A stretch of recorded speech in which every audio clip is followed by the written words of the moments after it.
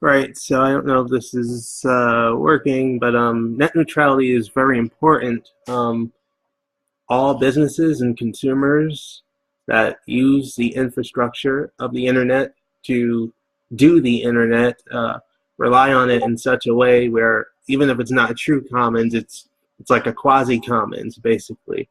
So it really does matter to keep it kind of open uh, with no additional like external force that's enacting upon data transmissions in and out of central hubs, data domains, servers, etc., that sort of thing, which can be consumer or the supplier, aka the businesses such as like Twitch or something like that as well.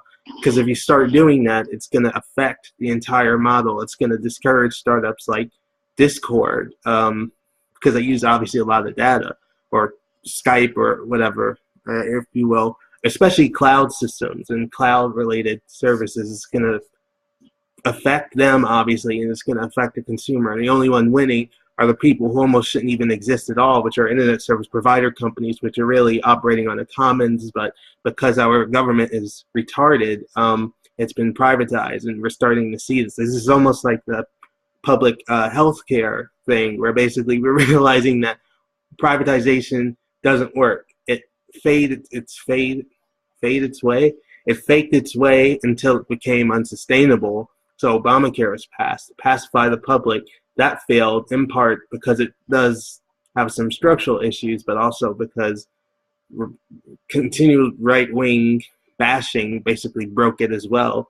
Especially broke the image. But now we're seeing how Trump care. You can't go back, so they try to make Trump care, and that's a disaster. So the only real solution is public health care. Well, the only real solution to this is probably going to be something along the lines of making it a commons and putting more public, investment back into it versus private. Because if they're going to play around like this, then you're not going to have a free and open internet. And I know it's really tricky, right? Because we have the NSA and everything. So it's going to be a trying time. But the idea is that you don't solve it by giving it,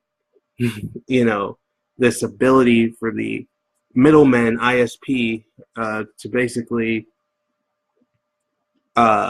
tax without representation, so to speak. They're basically going to come at everyone for tiered prices. And I mean, if you think the phone plans have been really great, you should have had a phone back in like 2006 to 2012. I don't think you'd like it if you were low income.